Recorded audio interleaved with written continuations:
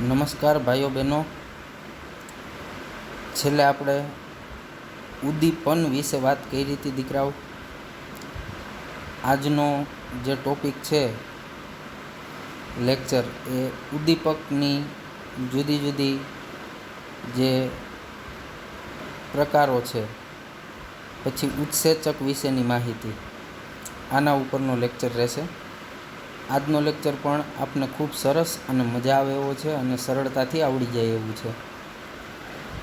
હવે મિત્રો, પહેલો જે આપણું હેડિંગ છે આજનું એ છે સમાંગ અને વિસમાંગ ઉદ્દીપન, જેને ઇંગ્લિશમાં કહેવાય હોમોજેનિયસ અને હેટ્રોજેનિયસ.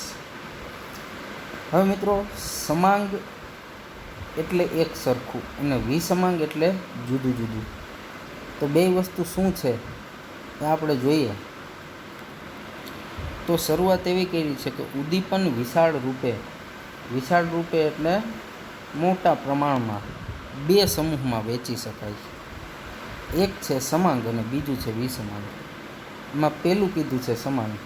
આપ જાણો જ છો, છતાં પણ એકવાર મિત્રો આની વ્યાખ્યા અને એની સમજ જે છે આપણે મેળવી લઈએ. તો કે જ્યારે પ્રક્રિયકો, નિપજો અને ઉદ્દીપક, પ્રક્રિયક, નિપજ અને ઉદ્દીપક એક જ કલામાં હોય. હવે આ શબ્દ વિશે પણ આપ સારી રીતે જાણો છો. કલા એટલે અવસ્થા. તો આ ત્રણેય એક જ અવસ્થામાં હોય, એટલે કે પ્રવાહી અથવા વાયુ જે હોય પણ એ એક જ સરખા ત્રણેય હોય, ત્યારે પ્રક્રમ એટલે દીકરાઓ પ્રક્રિયા, એને સમાંગ ઉદ્દીપન કહેવામાં આવે છે.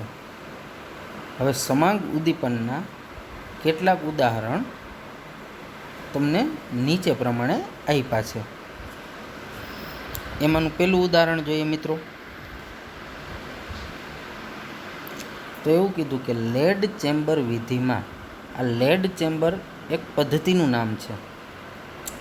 એમાં સલ્ફર ડાયોક્સાઇડનું એટલે SO2, સલ્ફર ટ્રાયોક્સાઇડમાં એટલે SO3, ઓક્સિજન સાથેનું, આ ઓક્સિજનની સાથેનું ઉદ્દીપક નાઇટ્રોજનના ઓક્સાઇડની હાજરીમાં ઓક્સિડેશન. હવે કોનું ઓક્સિડેશન? તો કે અહીંથી વાત ચાલુ થઈ છે સલ્ફર ડાયોક્સાઇડનું, એટલે કે આનું. કેમાં? તો કે સલ્ફર ટ્રાયોક્સાઇડમાં. કોની સાથે? તો કે ઓક્સિજન સાથેનું. પછી ઉદ્દીપક કોણ? તો કે નાઇટ્રોજનના ઓક્સાઇડની હાજરીમાં ઓક્સિડેશન, એટલે કે દીકરાઓ આનું ઓક્સિડેશન. આ ઘટના સમાંગ ઉદ્દીપનનું ઉદાહરણ છે. કઈ રીતે સાહેબ? તો કે તમે જોઈ શકો છો, સલ્ફર ડાયોક્સાઇડ વાયુ છે, ઓક્સિજન વાયુ છે, સલ્ફર ટ્રાયોક્સાઇડ વાયુ છે અને આ નાઇટ્રોજનનો ઓક્સાઇડ પણ વાયુ છે. મતલબ કે મિત્રો, આ પ્રક્રિયક તમારા, આ નિપજ અને વચ્ચે જે એરા ઉપર છે એ ઉદ્દીપક, આ ત્રણેય એક જ કલામાં છે, તો આને સમાંગ ઉદ્દીપન કહેવાય. નીચે કીધું છે પ્રક્રિયકો સલ્ફર ડાયોક્સાઇડ અને ઓક્સિજન અને ઉદ્દીપક નાઇટ્રિક ઓક્સાઇડ એ બધા જ એક જ કલામાં છે, મતલબ કે અવસ્થામાં.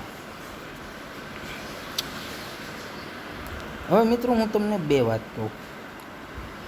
ક્યાંય પણ એલ લખેલો હોય તો એનો મતલબ થાય લિક્વિડ, બરાબર? લિક્વિડ એટલે પ્રવાહી અવસ્થા. પણ ક્યાંય આવી રીતે એક્યુ લખેલું હોય તો એનો મતલબ થાય એક્વેયસ. હવે એક્વેયસ એટલે જલીય, મતલબ પાણીમાં. તો પાણી પણ છે તો લિક્વિડ જ ને. તો એ જ્યાં તમને આવું એક્યુ લખેલું હોય ને, એ નહીં, એ અવસ્થા તો પ્રવાહી જ થઈ. પણ એક્યુ લખે એનો મતલબ એમ કે આમાં ખાસ કરીને જે પ્રવાહી છે ને પાણી છે એવો મતલબ થાય.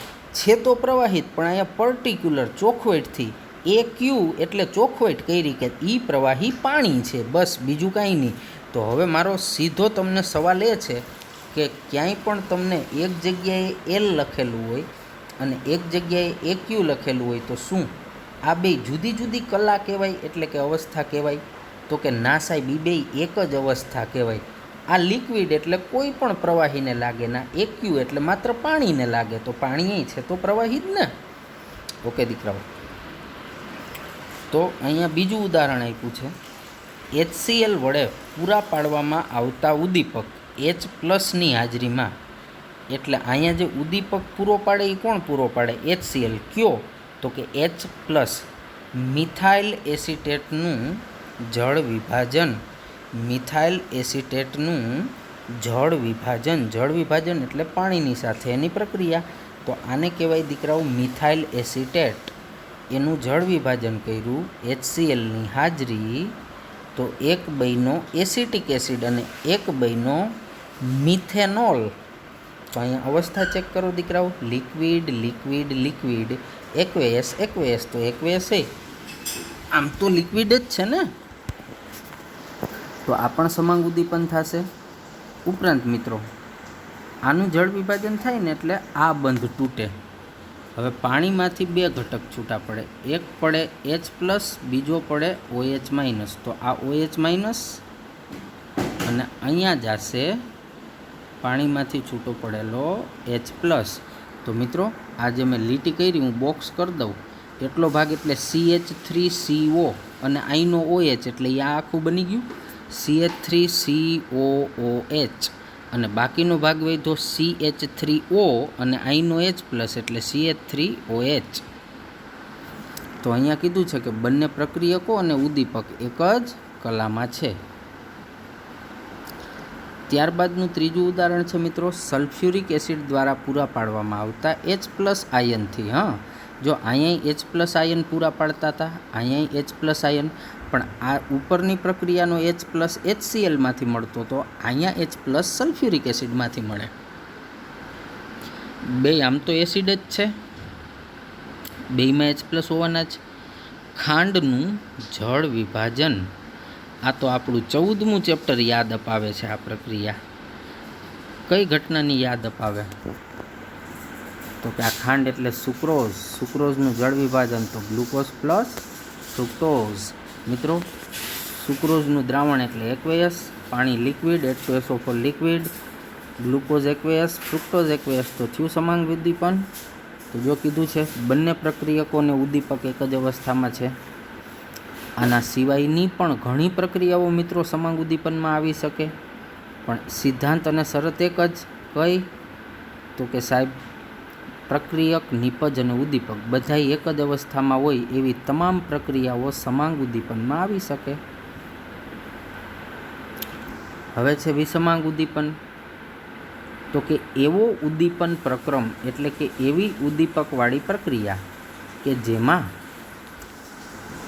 પ્રક્રિયકો અને ઉદ્દીપક જુદી જુદી કલામાં હોય તો વિસમાંગ ઉદ્દીપન. બરાબર છે, અલગ હોય, સરખા ના હોય. વિસમાંગ ઉદ્દીપનના કેટલાક ઉદાહરણ નીચે આપવામાં આવ્યા છે. તો કે પ્લેટિનમની હાજરીમાં સલ્ફર ડાયોક્સાઇડનું સલ્ફર ટ્રાયોક્સાઇડમાં ઓક્સિડેશન.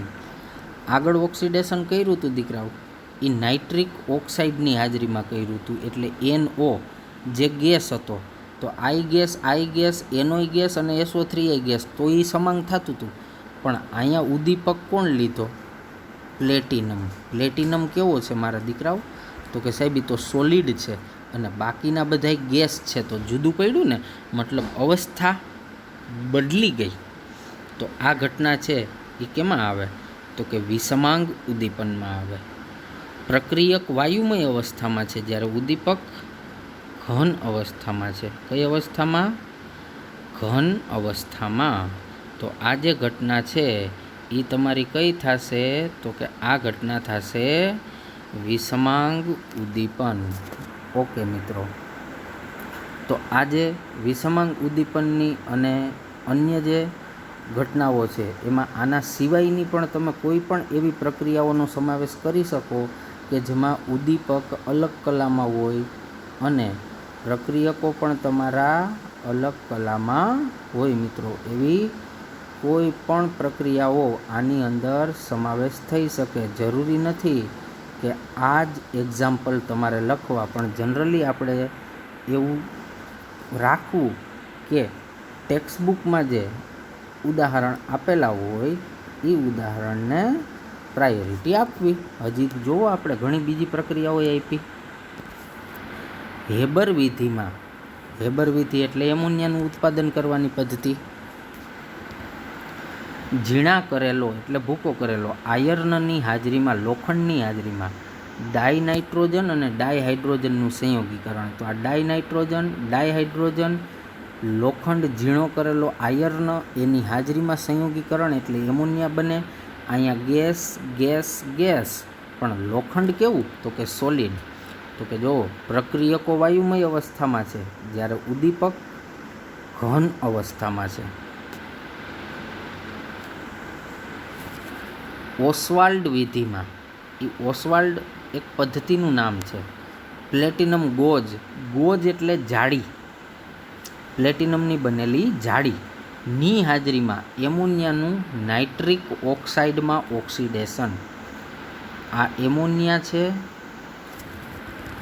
આનું નાઇટ્રિક ઓક્સાઇડ એટલે NOમાં ઓક્સિડેશન. પણ પ્લેટિનમ ગોઝ એટલે પ્લેટિનમની જાળી જે ઘન સ્વરૂપની છે, બાકીના બધાય તો કે ગેસ છે, આઈ ગેસ છે, આઈ ગેસ છે, પણ આ સોલિડ એટલે વિષમાંગ થઈ ગયું.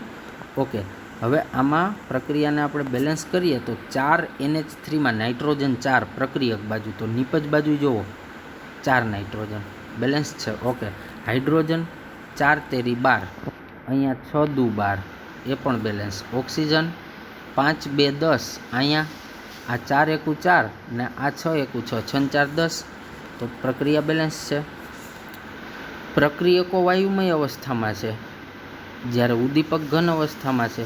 અને આમાં તો એમ પણ કહી શકીએ કે નિપજ પણ વાયુ અવસ્થામાં જ છે. ઓકે, આ ઘટના પણ આપણે કાલે આવી હતી, તમને મેં કીધું હતું ખબર, નિકલ ઉદ્દીપક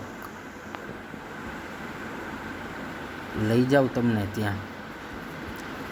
જો કે અહીંયા આ મુદ્દો હતો ને 5મો, વિષમાંગ ઉદ્દીપન, એમાં જો અહીં છેલ્લું હતું, તેલના હાઇડ્રોજિનેશન માટે ઝીણી કરેલી નિકલનો ઉપયોગ વિષમાંગ સંતુલનનું ઉત્તમ ઉદાહરણ છે. પછી આ સંપર્ક વિધિમાં H2SO4નું ઉત્પાદન, તો આ વિષમાંગ થાય. પણ અત્યારે હું જે ભણાવું છું ત્યાં તમને સંપર્ક વિધિનું ઉદાહરણ નથી આપ્યું, તો એ તમે આપી શકો. અત્યારે આપણે આ જોઈએ છે નિકલ. ચાલો બતાવી દઉં. તો મિત્રો, આ વનસ્પતિ તેલ હાઇડ્રોજિનેશન એટલે હાઇડ્રોજનનો ઉમેરો, નિકલનો ભૂકો હોય એ ઘન જ હોય, તો અહીંયા ઘન છે. અને વનસ્પતિ ઘી બને એ પણ ઘન. પણ વાત એ છે લિક્વિડ, ગેસ, સોલિડ, સોલિડ, તો આ બધું જુદું થયું. તો જો પ્રક્રિયકોમાંનો એક પ્રવાહી અવસ્થામાં અને બીજો વાયુમય અવસ્થામાં, જ્યારે ઉદ્દીપક ઘન અવસ્થામાં, તો આ પણ વિષમાંગ.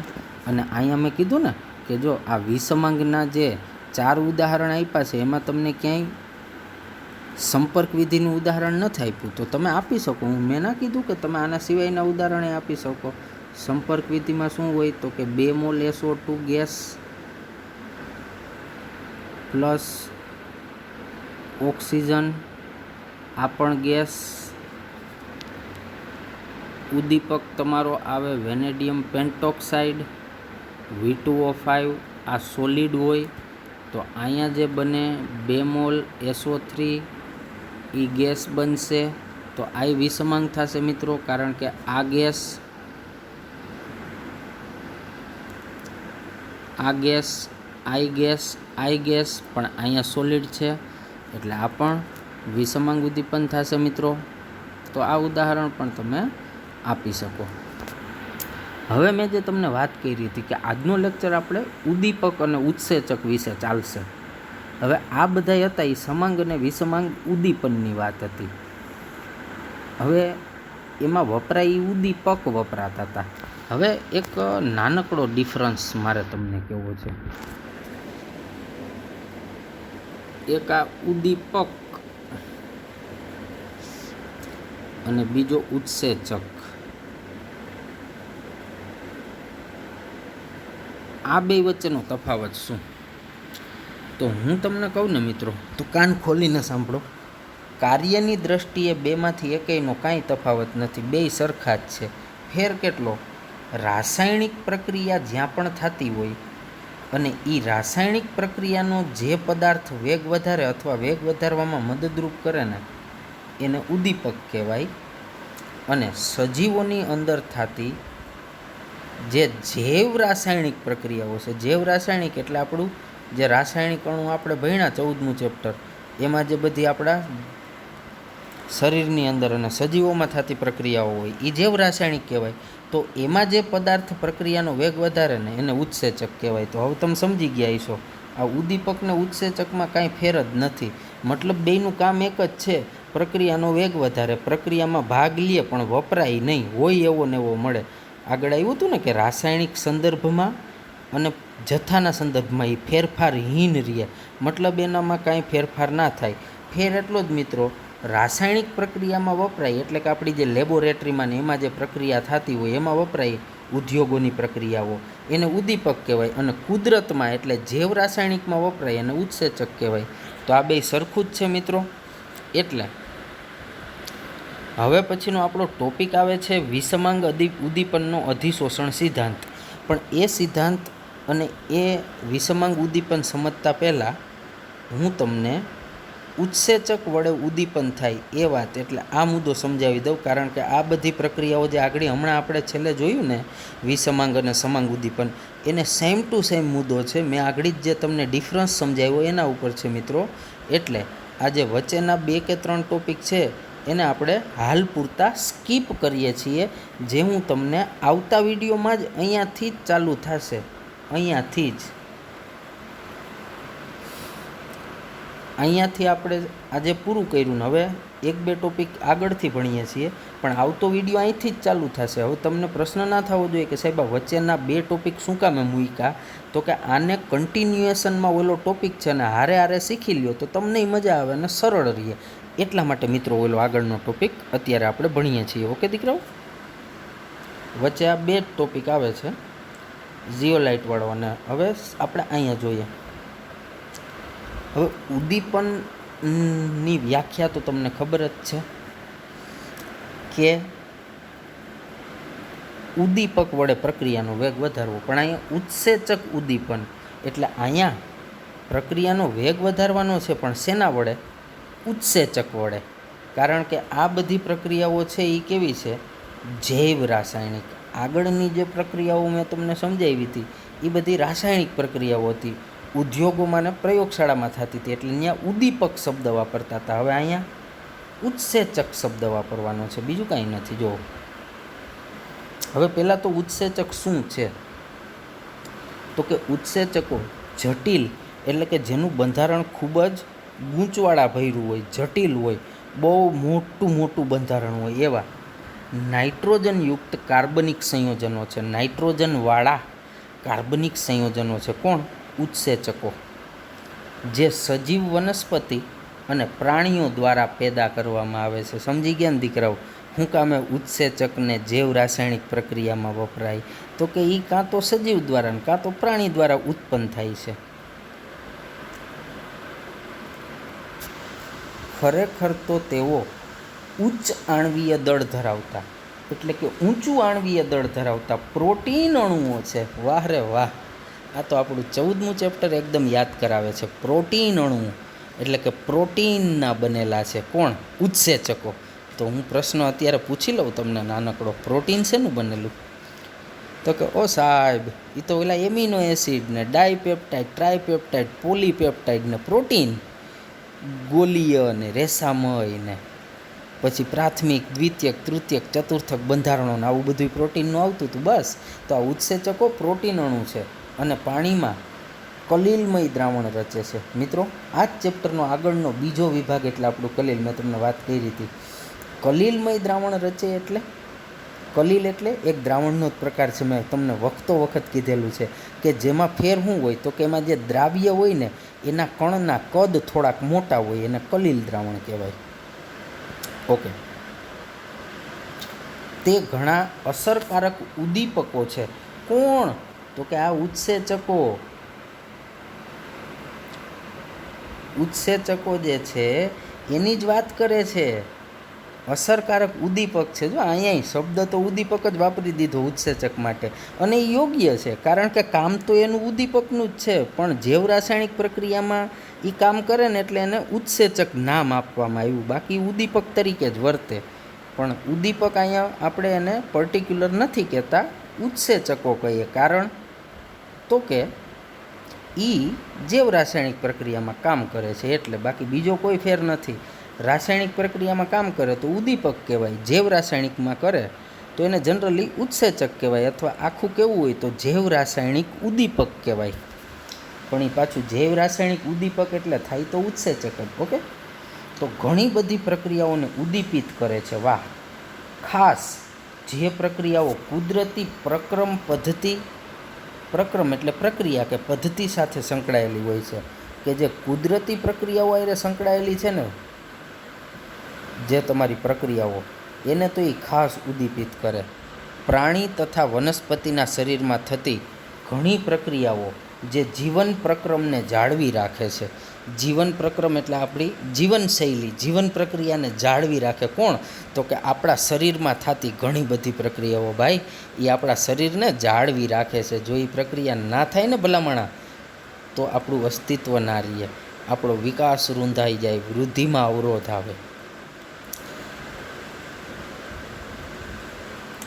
તે બધી ઉત્સેચક દ્વારા ઉદ્દીપિત થાય છે. તે બધી કઈ? તો કે જે જીવન પ્રક્રમને જાળવી રાખે એ. આમ ઉત્સેચકો જૈવ રાસાયણિક ઉદ્દીપક તરીકે ઓળખાય. વાહ! તો જૈવ રાસાયણિક ઉદ્દીપક એટલે શું? તો કે ઉત્સેચક. સમજી ગયા ને દીકરાઓ? હવે એક જ છે બધું. આ પરિઘટના એટલે ઘટના જૈવ રાસાયણિક ઉદ્દીપન તરીકે ઓળખાય. બરાબર છે, કારણ કે અહીંયા સજીવમાં થાય. ઘણા ઉત્સેચકો જીવિત કોષોમાંથી એટલે જીવતા કોષમાંથી શુદ્ધ સ્ફટિક સ્વરૂપે મેળવી શકાય. તેમ છતાં સૌ પ્રથમ ઉત્સેચકનું સંશ્લેષણ એટલે કોઈએ જો પ્રયોગશાળામાં ઉત્સેચક બનાવ્યો હોય તો એ પ્રયોગશાળામાં 1969માં થયું હતું. નીચે ઉત્સેચક ઉદ્દીપિત પ્રક્રિયાઓના કેટલાક ઉદાહરણો આપ્યા છે. લગભગ તો આપની જાણવાળા જ છે. ખાંડનું વ્યુત્ક્રમણ. ભાઈ આ નવો શબ્દ સાહેબ, વ્યુત્ક્રમણ એટલે શું? મિત્રો આના માટે પણ હું આપને 14મું ચેપ્ટર જ યાદ અપાવીશ. યાદ કરો. ઇન્વર્ટ સુગર અથવા પ્રતિપ શર્કરા કોને કહેવાતી હતી? સુક્રોઝને. શું કામે કહેવાતી હતી? તો કે ઓલું કંઈક ભ્રમણ બદલી જતું હતું, વામ ભ્રમણીય અને દક્ષિણ ભ્રમણીય અને. યાદ છે તમને? બસ બસ બસ, આ દીકરાઓ આપણે ભણી ગયા છીએ. એને એ ઘટના જે ભ્રમણમાં પરિવર્તન આવતું હતું ને જળ વિભાજન પછી, એને આપણે ત્યાં ભણ્યા હતા. ત્યાં આપણે પ્રતિપ અથવા ઇન્વર્ટ શર્કરા કહેતા હતા કે સુગર. અહીંયા એ પ્રતિપ માટે શબ્દ વાપરો વ્યુત્ક્રમણ, એટલે એનું જે ભ્રમણ છે એ બદલી જાય. યાદ છે ને 14મું ચેપ્ટર? ઓકે. 92.4 ને માઇનસ હતું ને એક પ્લસ 52.5 ને યાદ છે? એમાંથી મોટું -92.4 થતું હતું. એટલે ખાંડ જે સુક્રોઝ છે એ ડેક્સ્ટ્રોમાંથી લીવો થઈ જતી હતી. ઓકે, બસ એ જ છે ઇન્વર્ટેજ. હવે આગળ આ જ પ્રક્રિયા આગળ આપણે વિસમાંગ ઉદ્દીપનમાં ભણ્યા ને, સોરી સમાંગ ઉદ્દીપનમાં, ત્યાં અહીંયા H+ વાપરો તો અહીંયા એને ઉત્સેચક વાપરો ઇન્વર્ટેજ. તો જો મિત્રો, કારણ કે આ પ્રક્રિયા બેયમાં આવશે હો. જો સમાંગ કે વિસમાંગ, એમાં ક્યાંય એવી ચોખવટ નહોતી કે શરીરમાં થતી હોય સમાંગ પ્રક્રિયાનું ત્યાં ઉદાહરણ નહીં લેવાનું. હવે હું તમને એમ કહું કે આ પ્રક્રિયા સમાંગનું ઉદાહરણ હોય તો અહીંયા લીધી જ હતી ને આપણે. જોરી બતાવું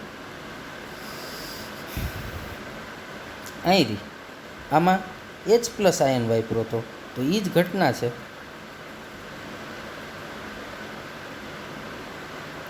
અહીંયા એમ કહે છે કે ઇન્વર્ટેજ ઉદ્દીપક કે ઉત્સેચક જે કયો એ ખાંડનું ગ્લુકોઝ અને ફ્રુક્ટોઝમાં પરિવર્તન કરે. આ તમારી ખાંડ, એનું ગ્લુકોઝ ને ફ્રુક્ટોઝમાં પરિવર્તન કરી નાખ્યું. ઓકે દીકરાઓ? પછી હવે આ ગ્લુકોઝનું આગળ પ્રક્રિયા થાય. શું? તો કે ગ્લુકોઝનું ઇથાઇલ આલ્કોહોલમાં પરિવર્તન. ઇથાઇલ આલ્કોહોલ એટલે ઇથેનોલ. તો એમાં કયો ઉદ્દીપક વપરાય? અથવા ઝાયમેઝને ઉત્સેચક કહેવાય, કારણ કે એ શરીરની વાત છે. પણ અહીંયા ઉદ્દીપક શબ્દ વાપરે. પણ અત્યારે આપણને ખબર જ છે કે ભાઈ આ શરીરમાં થાય એટલે ઝાયમેઝ ઉદ્દીપક એવો શબ્દ ભલે વાપરો, પણ એને કહેવાય ઉત્સેચક પણ કહી શકાય. સમજી ગયા ને દીકરાઓ? એવું ના હોય કે ઉત્સેચકને ઉદ્દીપક ના જ કહેવાય, કામ તો સરખા જ છે, એટલે ઘણી વખત અહીં ઉદ્દીપક શબ્દ વાપરશે. ઝાયમેઝ ઉદ્દીપક ગ્લુકોઝનું ઇથાઇલ આલ્કોહોલ અને કાર્બન ડાયોક્સાઇડમાં પરિવર્તન કરે. આપણે બેલેન્સ જોઈ લઈએ. અહીંયા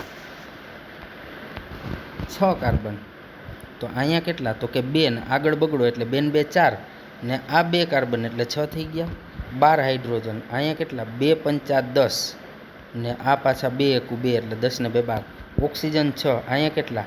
તો કે આ 1 અને આગળ બગડો એટલે 2 એકુ 2 ને આ 2 2 4 4 ને 2 6. તો આ ઘટના કઈ છે? તો કે આ પણ ઉત્સેચક વડે થતું જ ઉદ્દીપન છે, જેમાં ઝાયમેઝ ઉત્સેચક અથવા ઝાયમેઝ ઉદ્દીપક આ કામ કરે.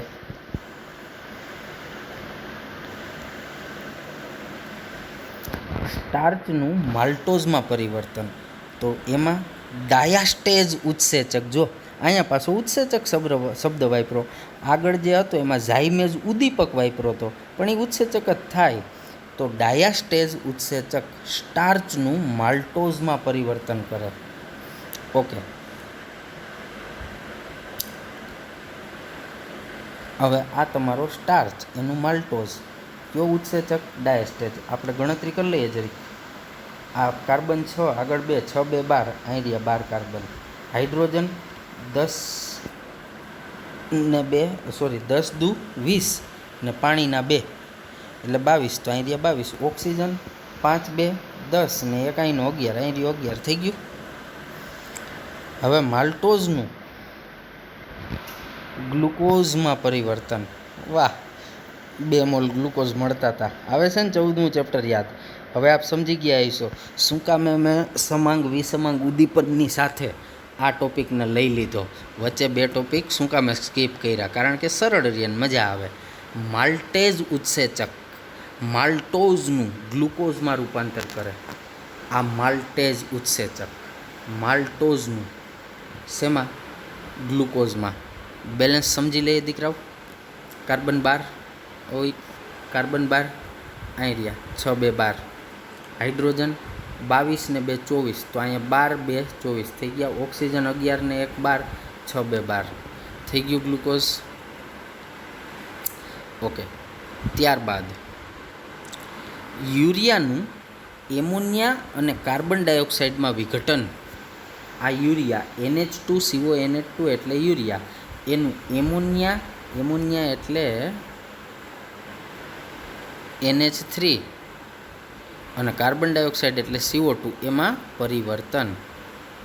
હવે યુરેઝ ઉદ્દીપક, ત્યાં ઉત્સેચક કહી શકો, તમે ચિંતા ના કરો. આ વિઘટનને ઉદ્દીપિત કરે છે. અહીં રહ્યો યુરેઝ. હવે આની અંદર આપણે બેલેન્સ સમજી લઈએ દીકરાઓ. આ NH2 2 વાર છે, તો કે હા સાહેબ. અહીંયા 2 હાઇડ્રોજન, 1 હાઇડ્રોજન આને આપો એટલે NH3 થઈ ગયું, ને 1 આને આપો તો આ NH3 થઈ ગયું, તો NH3 2 વાર આવી ગયું. તો કે ઓકે, અહીં શું હોય તું? તો કે CO ને 1 ઓક્સિજન અહીંનો CO2. ઓકે, ત્યારબાદ હોજરીમાં પેપ્સિન ઉદ્દીપક કે ઉત્સેચક પ્રોટીનનું પેપ્ટાઇડમાં પરિવર્તન કરે. તો આ તો ખબર પડે ને, પેપ્ટાઇડ જોડાય તો પ્રોટીન બને, તો પ્રોટીન તૂટે તો ઘણા બધા પેપ્ટાઇડ છૂટા પડે. ઓકે, જ્યારે આંતરડામાં પેનક્રિયાટિક ટ્રિપ્સિન એ પ્રોટીનનું એમિનો એસિડમાં જળ વિભાજન દ્વારા પરિવર્તન કરે. અહીંયા પેપ્સિન ઉદ્દીપક શું કરે? તો કે પ્રોટીનનું પેપ્ટાઇડમાં કરે. પેનક્રિયાટિક ટ્રિપ્સિન શું કરે? તો કે પ્રોટીનનું એમિનો એસિડમાં જળ વિભાજન દ્વારા પરિવર્તન કરે. તો આ પણ છે તો ઉત્સેચક દ્વારા થતી જ પ્રક્રિયાઓને, બસ આપણે તો એનાથી મતલબ છે, બીજું કાંઈ નહીં. અહીંયા પેપ્સિન છે એ કરે છે, અને અહીંયા પેનક્રિયાટિક ટ્રિપ્સિન છે એ રૂપાંતર કરે છે. એક કરે છે પ્રોટીનનું પેપ્ટાઇડમાં, એક કરે પ્રોટીનનું એમિનો એસિડમાં. ઓકે દીકરાઓ. દૂધનું દહીંમાં પરિવર્તન, તો કે તે પણ ઉત્સેચકીય પ્રક્રિયા છે, એટલે કે ઉત્સેચક દ્વારા થતી પ્રક્રિયા છે, જે દહીંમાં રહેલા લેક્ટોબેસિલી ઉત્સેચક વડે પ્રક્રિયા કરવામાં આવે છે. તો આ પ્રક્રિયા કેમાં રહેલા બેક્ટેરિયા દ્વારા, તો કે અથવા ઉત્સેચક દ્વારા, તો કે લેક્ટોબેસિલી ઉત્સેચક દ્વારા. હવે તમને એમ થાય સાહેબ દૂધનું દહીંમાં પરિવર્તન, તો હવે આ તમારો ઉત્સેચક તો દહીંમાં હોય, પણ દહીં બને કેમ? ઉત્સેચક તો દહીં બન્યા પછી આવે. તો મિત્રો દૂધનું દહીં એમને નથી થતું, એમાં છાશ નાખો છો. તો એ છાશ જે છે મેળવણ, એ મેળવણ બન્યું, છાશ બની કેમાંથી? તો કે દહીંમાંથી. તો દહીંમાં તો આ લેક્ટોબેસિલી હશે જ. તો કે હા સાહેબ, એની છાશ બનાવી ને તમે દૂધમાં નાખી. તો અહીંયા કીધું કે જે દહીંમાં રહેલા લેક્ટોબેસિલી ઉત્સેચક વડે પ્રક્રિયા કરવામાં આવે, તો દૂધમાં આ લેક્ટોબેસિલી આવી ગયા એટલે દહીં બની ગયું. ઓકે દીકરાઓ, એટલે પહેલેથી દહીં ના હોય પણ છાશ નાખો એટલે દહીંમાં રહેલા લેક્ટોબેસિલી ઉત્સેચક એમાં આવી ગયા એટલે દૂધનું દહીંમાં પરિવર્તન થઈ ગયું.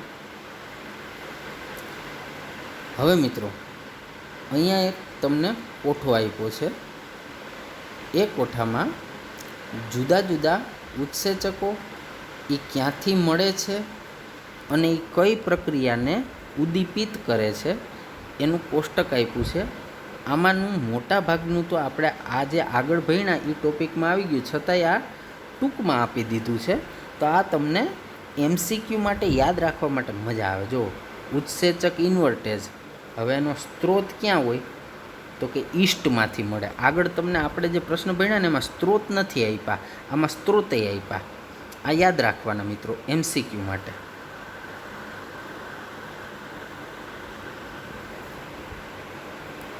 ઓકે, ઈસ્ટમાંથી મળે. કરે શું? તો કે સુક્રોઝનું ગ્લુકોઝ અને ફ્રુક્ટોઝમાં રૂપાંતર. પછી છે ઝાઇમેઝ, એ પણ ઈસ્ટમાંથી મળે. એ કઈ પ્રક્રિયાને ઉત્સેચકીય પ્રક્રિયાઓ આપે? તો કે ગ્લુકોઝનું રૂપાંતર શેમાં કરે? ઇથાઇલ આલ્કોહોલ અને કાર્બન ડાયોક્સાઇડમાં. ત્યારબાદ ડાયસ્ટેઝ, એ માલ્ટમાંથી મળે. સ્ટાર્ચ, એનું રૂપાંતર માલ્ટોઝમાં કરે. માલ્ટેઝ, એ ઈસ્ટમાંથી મળે. એ શું કરે? તો કે માલ્ટોઝનું ગ્લુકોઝમાં. યુરેસ છે એ સોયાબીનમાંથી મળે. યુરિયાનું રૂપાંતર કરે એમોનિયા અને કાર્બન ડાયોક્સાઇડમાં. પેપ્સિન તો કે હોજરીમાં હોય. પ્રોટીનનું એમિનો એસિડમાં. અને અહીંયા હજી એક જોડી શકો ને, પેનક્રિયાટ્રિક ટ્રિપ્સિન, કે જે અહીંયા તમને આપ્યો છે પ્રોટીનનું એમિનો એસિડમાં. હવે તમને એમ થશે કે સાહેબ અહીંયા એમ કીધું કે પેપ્સિન છે એ પ્રોટીનનું પેપ્ટાઇડમાં પરિવર્તન કરે, બરાબર? ને કોઠામાં એમ કીધું કે પેપ્સિન જે છે એ પ્રોટીનનું એમિનો એસિડમાં રૂપાંતર કરે. આવું કેમ? એ બે એક જ ના થાય દીકરાઓ, કારણ કે એમિનો એસિડ છે એમાંથી જ પેપ્ટાઇડ બન્યું હોય ને. તો વાં એમ કીધું કે પ્રોટીનનું પેપ્ટાઇડમાં, પણ એ પેપ્ટાઇડ તૂટશે એટલે બનશે તો છેલ્લે એમિનો એસિડ જ. ઓકે દીકરાઓ, આ પ્રકારે કંઈક થશે. જો તમે આગળના ચેપ્ટરથી એટલું તો જાણો જ છો કે પહેલાં પ્રોટીન આપણે ઊંધી શૃંખલા લઈએ, શરૂઆતથી કરીએ. શરૂઆતમાં શું હોય? તો કે એમિનો એસિડ.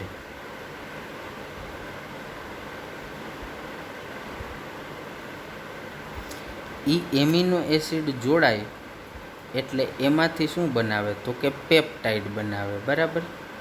હવે એવી ઘણી બધી પેપ્ટાઇડ જોડાય તો એમાંથી શું બનાવે? પ્રોટીન બનાવે. હવે તમને ક્યાંય એમ કહે કે ભાઈ પ્રોટીનનું રૂપાંતર પેપ્ટાઇડમાં કરે, પણ હવે એ પેપ્ટાઇડ બનેલી શેની છે? એમિનો એસિડની. તો એક જગ્યાએ એમ કીધું કે પ્રોટીનમાંથી પેપ્ટાઇડ બનાવે ને એક જગ્યાએ એમ કીધું પ્રોટીનમાંથી એમિનો એસિડ બનાવે. તો આમ જોવા જાવ મિત્રો તો એક સળંગ પ્રક્રિયા જ છે. વાં ટૂંકું કહી દીધું કે પેપ્સિન છે એ પ્રોટીનમાંથી પેપ્ટાઇડ બનાવે, પણ એ પેપ્ટાઇડ અંતે તો એમિનો એસિડની જ બનેલી હોય ને. તો એ જ થયું દીકરાઓ. ઓકે દીકરાઓ,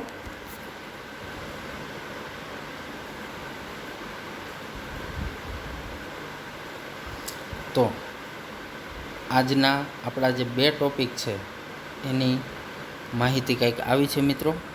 કે સમાંગ અને વિસમાંગ ઉદ્દીપનથી આપણે ચાલુ કર્યું હતું. સમાંગમાં આપણે એવી વાત કરી હતી કે પ્રક્રિયક, નિપજ અને ઉદ્દીપક એક જ કલામાં હોય તો એને સમાંગ ઉદ્દીપન કહેવાય. પછી એના કેટલાક ઉદાહરણો આપ્યા હતા.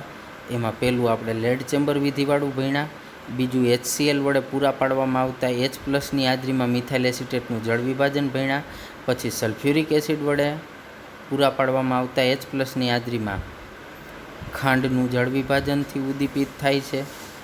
આ સિવાયની કોઈ પણ સમાંગ ઉદ્દીપનની ઘટના હોય તો આમાં ચાલે મિત્રો, જે મેં તમને અગાઉ પણ વાત કરેલી છે. પણ જનરલી આપણે શક્ય હોય ત્યાં સુધી ટેક્સ્ટબુકના ઉદાહરણને ફોલો કરવાના. ત્યારબાદ વિસમાંગ ઉદ્દીપનની વાત ભણ્યા. એમાં એવા ઉદ્દીપન પ્રક્રિયા કે પ્રક્રમ જેમાં પ્રક્રિયકો અને ઉદ્દીપક જુદી જુદી કલામાં હોય છે તો વિસમાંગ ઉદ્દીપન. વિસમાંગ ઉદ્દીપનના ઉદાહરણ એમાં પ્લેટિનમની હાજરીમાં સલ્ફર ડાયોક્સાઇડમાંથી સલ્ફર ટ્રાયોક્સાઇડ.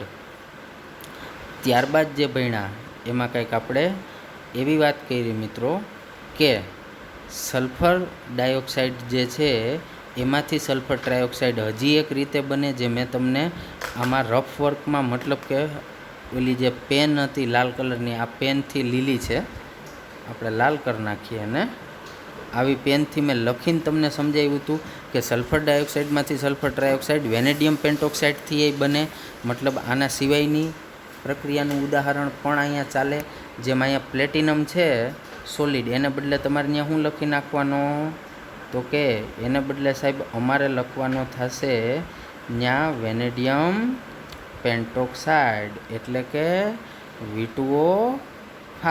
ઓકે દીકરાઓ, અને એ પણ કઈ અવસ્થામાં હશે, તો કે સોલિડ અવસ્થામાં હશે. તો એ વેનેડિયમ પેન્ટોક્સાઇડ જે છે એ પણ અહીંયા ઉદ્દીપક તરીકે ચાલે અને એ ઘટના પણ તમારી વિસમાંગ ઉદ્દીપનનું જ ઉદાહરણ થશે. ઓકે દીકરાઓ, તો આટલી ઘટના જે છે એ વિસમાંગમાં. ત્યારબાદ બીજી હતી હેબર વિધિમાં ઝીણા કરેલા આયર્ન એટલે કે લોખંડની જે હાજરી છે એ લોખંડની હાજરીમાં આપણે કરતા હતા ડાયનાઇટ્રોજન અને ડાયહાઇડ્રોજનનું સંયોગીકરણ, એટલે કે એમોનિયા બનાવતા હતા. શું બનાવતા હતા? એમોનિયા. ઓકે, ત્યારબાદ જે ભણ્યા એ ઘટના છે કે ઓસ્વાલ્ડની વિધિમાં પ્લેટિનમ ગોઝ એટલે પ્લેટિનમની જાળી, એ જે પ્લેટિનમ ગોઝ છે એની હાજરીમાં એમોનિયાનું નાઇટ્રિક ઓક્સાઇડમાં ઓક્સિડેશન. તો આમાં પણ તમે જોઈ શકો છો પ્લેટિનમ સોલિડ છે, બાકીના બધા જે છે એ વાયુ સ્વરૂપમાં છે, તો વિસમાંગ થશે. છેલ્લી વાત આ હતી ઝીણા કરેલા નિકલ ઉદ્દીપકની હાજરીમાં વનસ્પતિ તેલનું વનસ્પતિ ઘીમાં રૂપાંતર. એમાં નિકલ સોલિડ હતો, એક પ્રક્રિયક પ્રવાહી હતો, બીજો વાયુ હતો, તો આ પણ વિસમાંગ ઉદ્દીપક ઘન છે. ત્યારબાદ આપણે આ ઉત્સેચક ઉદ્દીપનમાં આવ્યા. માત્ર ઉપર છેલ્લી માહિતી કહું તો ઉત્સેચકો છે એ જટિલ એટલે ખૂબ વિશાળ અને ગૂંચળાવાળું બંધારણ, નાઇટ્રોજનયુક્ત કાર્બનિક સંયોજનો સજીવને પ્રાણીમાંથી મળે. ખરેખર તો એ ઊંચું આણ્વીય દળવાળા પ્રોટીન જ છે. પાણીમાં કલીલ દ્રાવણ રચે. કલીલ દ્રાવણ એક દ્રાવણનો પ્રકાર છે જેમાં અણુના કદ મોટા હોય, બાકી કલીલ એટલે બીજું કંઈ નવું નથી. તેમાં ઘણા અસરકારક ઉદ્દીપકો છે અને ઘણી બધી પ્રક્રિયા કે જે આપણી જીવન પ્રક્રમને જાળવી રાખે, પ્રાણી અને વનસ્પતિના શરીરમાં થતી હોય એવી પ્રક્રિયા. તો આ ઉત્સેચકો જે છે એને જૈવ રાસાયણિક ઉદ્દીપકો તરીકે પણ ઓળખવામાં આવે છે. તો આ વાત પણ આપણે કરી. આ પરિઘટના જૈવ રાસાયણિક ઉદ્દીપન તરીકે ઓળખાય છે. પછી ઘણા બધા ઉત્સેચકો એ જીવંત કોષોમાંથી જ શુદ્ધ સ્ફટિક સ્વરૂપે મેળવી શકાય, પણ છતાંય પ્રયોગશાળામાં 1969માં પહેલીવાર સંશ્લેષણ થયું હતું. ઓકે, ત્યારબાદ જે ખાંડનું વ્યુત્ક્રમણ, પછી ગ્લુકોઝનું ઇથાઇલ આલ્કોહોલમાં પરિવર્તન, સ્ટાર્ચનું માલ્ટોઝમાં પરિવર્તન, આ બધી જે ઘટનાઓ હતી એ ઘટનાઓ તમારી ઉત્સેચક વડે ઉદ્દીપન થતું હતું. માલ્ટોઝનું ગ્લુકોઝમાં, યુરિયાનું એમોનિયા અને કાર્બન ડાયોક્સાઇડમાં, હોજરીમાં પેપ્સિન, પ્રોટીનનું પેપ્ટાઇડ કે એમિનો એસિડ, કારણ કે આગળ જ મેં કીધું પેપ્ટાઇડમાંથી એમિનો એસિડ જ બનશે. અને પેનક્રિયાટિક ટ્રિપ્સિન એ આંતરડામાં હોય. પેનક્રિયાટિક ટ્રિપ્સિન જે પ્રોટીનનું એમિનો એસિડમાં જળ વિભાજન દ્વારા પરિવર્તન કરે છે. તો આ બધી ઘટનાઓ જે છે એ પણ આપણે જોઈ. પછી દૂધનું દહીંમાં પરિવર્તન લેક્ટોબેસિલી, અને પછી આ કોઠો જોયો મિત્રો. આજનો લેક્ચર એવી રીતે મિત્રો જોવાનો છે કે લેક્ચર જોઈને જ તમને મોટા ભાગનું યાદ રહી જશે. એટલે સરળતાથી શાંતિથી જોજો મિત્રો, અને સારી રીતે તૈયારી કરજો. ઓકે, જય મોગલ.